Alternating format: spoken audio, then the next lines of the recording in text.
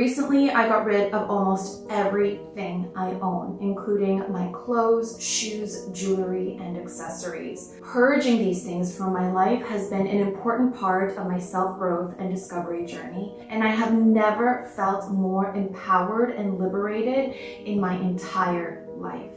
I have zero regrets, but I still felt like there are some items that are holding me back from fully making my transformation.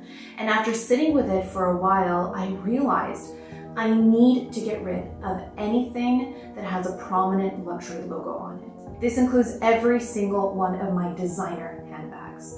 Why? Because they no longer serve a purpose in my life.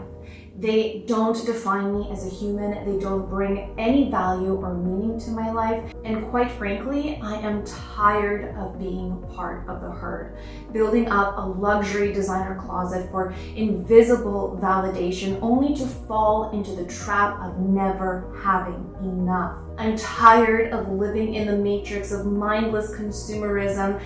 And I've finally woken up to the toxic comparative and competitive nature of our culture. I am taking off the shackles that have made me feel unworthy for way too long and stepping into my renaissance as a confident, whole, and awakened woman. And I hope you will join me on this journey too. Now, I want to make one thing very clear. I am in no way shaming anyone for loving or collecting luxury goods. If these things truly bring you joy and happiness, then you do you. I respect that wholeheartedly. This video is about my personal journey and my mental process leading up to this point. Just like I don't want to influence you to buy things that don't serve you, I also don't want to influence you to purge things that you love.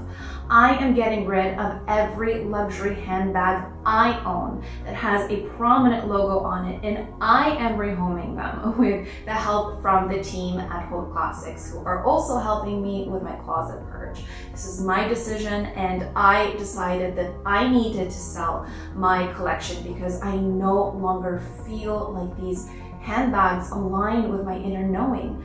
And I definitely don't need them to make me feel worthy because I know that I already am. Whenever I wear one of my luxury handbags with a prominent logo now, it makes me feel uncomfortable. Like I am flaunting it to the world saying, I am visible, I can keep up, I made it. Now I fully understand that not everybody feels this way, but I also know that I'm not alone in feeling like as women, we are in constant competition with one another. Who has the latest and greatest? Who has the biggest collection? Who spends the most money on their wardrobe and their lifestyle? It's ridiculous and it has to stop. As women, I believe we need to support one another, encourage one another, connect with one another. How can we do that if we are constantly each other's competition? I am all for loving fashion and expressing yourself through your personal style, but I also don't believe that wearing or carrying prominent designer logos on your body is how you do that. True personal style doesn't need to be branded on the outside with a logo. It comes from within. Now that I have your attention, I want to talk about some of the lies we are told or tell ourselves to justify our out of control spending and ridiculous luxury collections, which is not just limited to designer handbags. Lie number one, it's a good investment. Unless you bought a classic Chanel bag in a coveted color and hardware combination some 5 to 10 years ago, or an Hermes Birkin or Kelly in a desired color, leather, hardware, and size combination, and it's in pristine condition, there is no handbag on the planet that is a good investment. If you have disposable income and you are looking for a good investment, invest in the stock market, invest in real estate, educate yourself on some of the ways you can make your money work for you without using your desire for a luxury handbag as an excuse. Buy the bag because you love the bag, not because it's a good investment. Lie number two, it's a status symbol.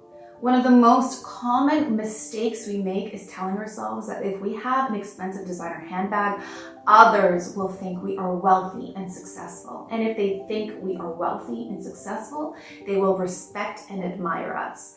If they respect and admire us, we will have more opportunities for success and connection. The truth is, not only is all of this not true, but the more we focus on how we are perceived by the outside world, the less connected we are to our true selves and the people around us. We become so fixated on our appearance that we completely lose sight of what is important. Instead of connecting with others, we are thinking about how we look to them, how they look to us, and how we can level up. It's a vicious cycle that causes us to spend time, energy, and money on things we don't need, thinking it will fill a void or make us feel better when in fact it does the opposite. Line number 3, it's classic and timeless. How many times have you justified an expensive purchase because it's classic and timeless? I know I have done this thousands of times, and I've even said those exact words on my channel time and time again. It's timeless, it's classic, still timeless and classic, timeless styles. Yes, it's true that I try to stick to purchases that are mostly classic and timeless, but that doesn't mean that I have to spend a fortune on those pieces anymore, especially if they have a branded logo on them. Some may argue that a Birkin or Kelly is classic and timeless, which is true if you believe what our culture has constructed about these bags. But is it classic and timeless for you? Personally, I sold my Birkin 35 in a tube togo leather after having it only for a few months because I realized it did not suit my lifestyle as a busy mom of 2. It was too big to lug around all day and was impractical for my personal needs.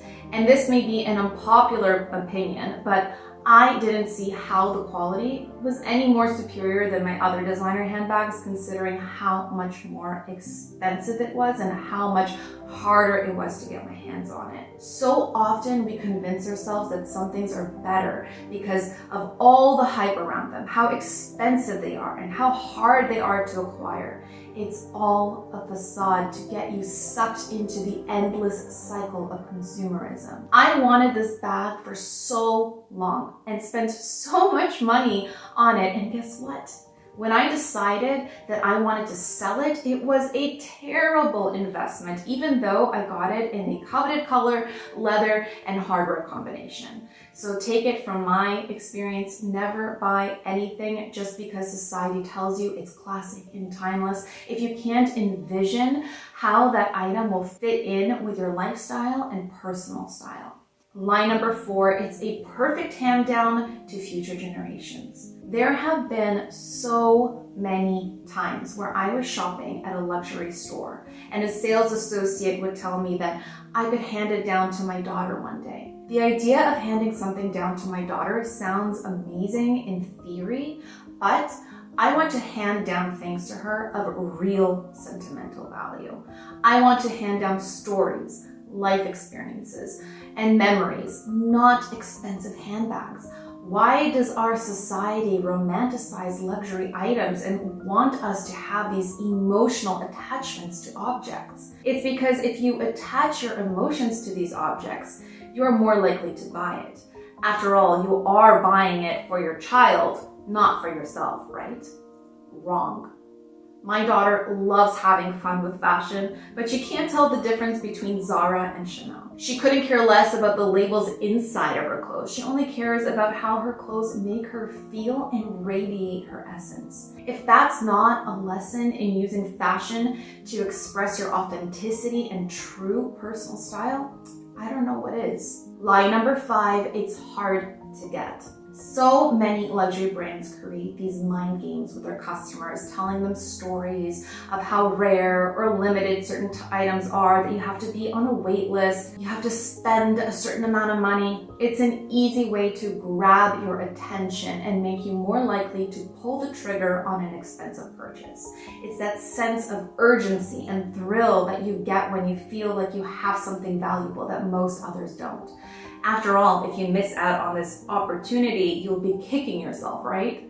Almost all sales associates that work at luxury brands work on a commission, and they are trained to get into your brain and push the buttons that will give them the results that they want, your business. Don't fall for this trap. Listen to your intuition. Ask yourself if you truly love this item because it aligns with your personal style, or do you love it because of how you will appear to others wearing something so hard to get? Because if it's the latter, I'm sorry to break it to you, but most people either don't know or don't care. I know I've said a lot of eye-opening and controversial things in this video, and I don't want you to think that I am telling you what to spend your money on. At the end of the day, you should do whatever it is that makes you truly happy. I want to help empower as many people as I can through the journey of finding your true personal style. And part of this process is to ask ourselves these questions to help us understand if the decisions we are making have been influenced by something or someone, or if we are making those decisions because they are in alignment with our most authentic selves. When we lead our lives with our inner essence and authenticity, it radiates on the outside. We are happier, more confident individuals that are more connected with ourselves and the world around us. That's what I want for you, for me, and for all of us. I want to leave you with this profoundly mind-opening quote from Charles Horton Cooley, which goes, "I am not what I think I am. I am not what you think I am. I am what I think you think I am." This quote so beautifully captures not only the complexity of our own identities, but it helps us realize that most of us are living our lives from an external perspective, which leads us to believe things about ourselves that may or may not be true and live our lives inauthentically. This is why I want to have more of these conversations, and not only about fashion, but all the other things that are hindering our growth and authenticity in this life. If you enjoyed this video, I think you will enjoy this one too, where I talk about why fashion trends are making us sad and broke. It would also mean a lot to me if you would consider subscribing to my channel if you haven't already, and letting me know what you thought about this video in the comments. Thanks for watching, and I will see you in my next one.